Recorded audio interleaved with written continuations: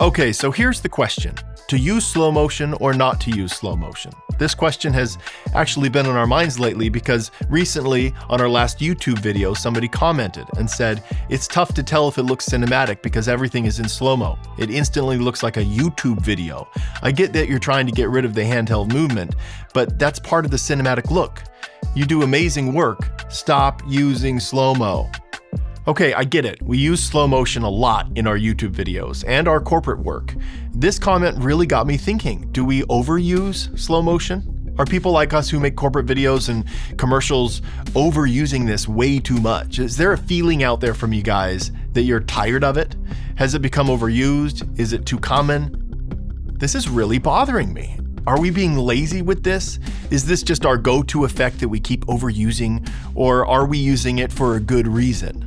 So in this video, I really want to go into this and talk about why we use slow motion in this industry, how it's used, and if we should use it as often as we do. Let's talk about the psychological effects, how slow motion affects us when we see something in slow motion versus not in slow motion. For those of you unfamiliar with how slow motion actually works, it's essentially about filming at a higher frame rate and then playing it back at a standard frame rate. So typically movies are shot at 24 frames per second.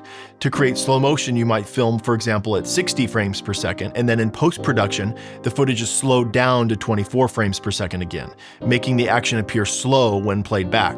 This technique is often referred to as over-cranking. In the early days of filmmaking, cameras were hand-cranked, and to achieve slow motion, they would crank the camera faster than usual, and then when played back at normal speed, the footage would appear slower. Slow motion has actually been used since the very beginning of cinema. In this 1933 example from Zero for Conduct, there's this memorable pillow fight scene where the children are revolting. But because of the use of slow motion, it transforms the scene from this innocent moment into this grand, almost revolutionary event. And then in this example from Carefree from 1938, there's this dance scene, and it makes it like this wonderful memory. The slow motion adds a layer of beauty and sophistication to the scene. I think that these early examples show that slow motion has always been a part of cinema. It's not a new technique. Filmmakers have long used it to enhance the visual and emotional impact of their scenes. Slow motion in film captures and stretches moments, revealing details and emotions otherwise unnoticed. By shooting at higher frame rates and playing back at standard speeds, it transforms scenes, intensifying action, highlighting drama, and enhancing visual beauty. Slow motion turns a moment into a memory, immersing viewers and making every second more impactful. It's a perspective of reality unique to film, but there is something familiar about it because at important times of our lives, time literally does seem to slow down. Film emulates that emotional state and draws the viewer in a unique way. In cinema, slow motion is used for a variety of reasons. I think the most logical reason to use slow motion is for action sequences, when something is happening on screen so fast that the audience can't see it at normal speeds. Filmmakers choose to film it over-cranked and then slow it down so we can actually see what's happening. This enhances the intensity and clarity of fast-paced scenes, allowing viewers to see the integral details of stunts and movements.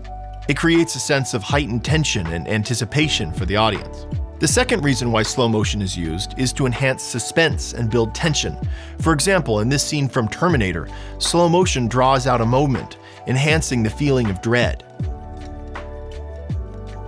By making a moment last longer, it builds suspense and makes the scene feel more intense. This technique is used to highlight critical plot points and create a unique visual style that keeps the audience on edge.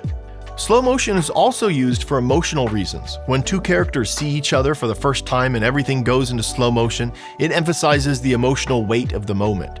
These are the kinds of moments in our lives where we feel like everything slows down and making us feel more emotional and connected to the scene.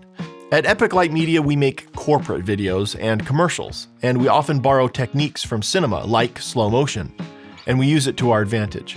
Now with corporate videos, it's very common to have an interview with B-roll. The interview is filmed at 24 frames per second, and the B-roll is filmed at 48 or 60 frames per second. The idea of having a voiceover played under slow motion footage isn't very common in film, but I did find this example from Clockwork Orange. As we walked along the flat block marina, I was calm on the outside, but thinking all the time. But we aren't making movies, we are making corporate videos. So beyond the creative reasons for using slow motion, there are some practical reasons as well. One reason why slow motion is beneficial for us is because we aren't filming professional actors. When we're filming regular people, sometimes they give us an honest moment that only lasts for like a second. So with slow motion, we're able to extend a moment that would usually be wasted, and we're able to use it in the video. Another benefit of using slow motion footage in corporate videos is that it reduces the visual details that the viewer has to take in all at once. While they hear the words in real time, the slowed down footage allows their brain more time to absorb the thoughts and messages from the voiceover. This can be particularly beneficial in corporate videos where the messaging becomes very complicated or technical. Another reason why we film in slow motion is because we've come across an issue where when a person is speaking in an interview and then we cut to the 24 frames per second B-roll shot of them speaking to another person or to a group, it almost looks like that person is speaking in the other clip, which can be confusing for the audience. So by slowing down the B-roll footage, it becomes clear that the interview and the B-roll are separate. This separation allows each element to complement each other instead of the two elements getting in each other's way. In movies, slow motion B-roll can make a scene feel significant. Similarly, when we film businesses in slow motion, it makes the company and whatever we're filming look more important than it might actually seem in real life. Companies appreciate this because it enhances their image and makes them feel more significant. So back to the original question, to slow motion or not to slow motion? When should we shoot in slow motion and when shouldn't we? Yes, I agree that slow motion is overused, and I think that at epiclightmedia we do overuse it. The problem is, when we get called on a corporate job to shoot B-roll and interviews, our first instinct is, yes, of course, we're going to shoot it in slow motion. But I think there are plenty of times when we could get away with shooting at regular speed. Sometimes, if you want the video to have more energy and more excitement and a faster paced feeling, then you probably shouldn't shoot in slow motion. And sometimes I think a video can be a combination of both. Some shots can be in slow motion and some can be in real time. Another consideration is whether you want sound in the video during the B-roll sections. Usually that sounds better with 24 frames per second footage. But I want to hear from you guys. I think this comment section should be pretty active. Let us know what you guys think. When you're shooting videos, how do you decide whether or not you're going to shoot in slow motion? Do you change it in post-production? Or do you shoot everything in slow motion and then speed it up in post, even though that can present its own problems? Let us know in the comments what you think. And as always, don't subscribe to epiclightmedia. We don't want any more subscribers.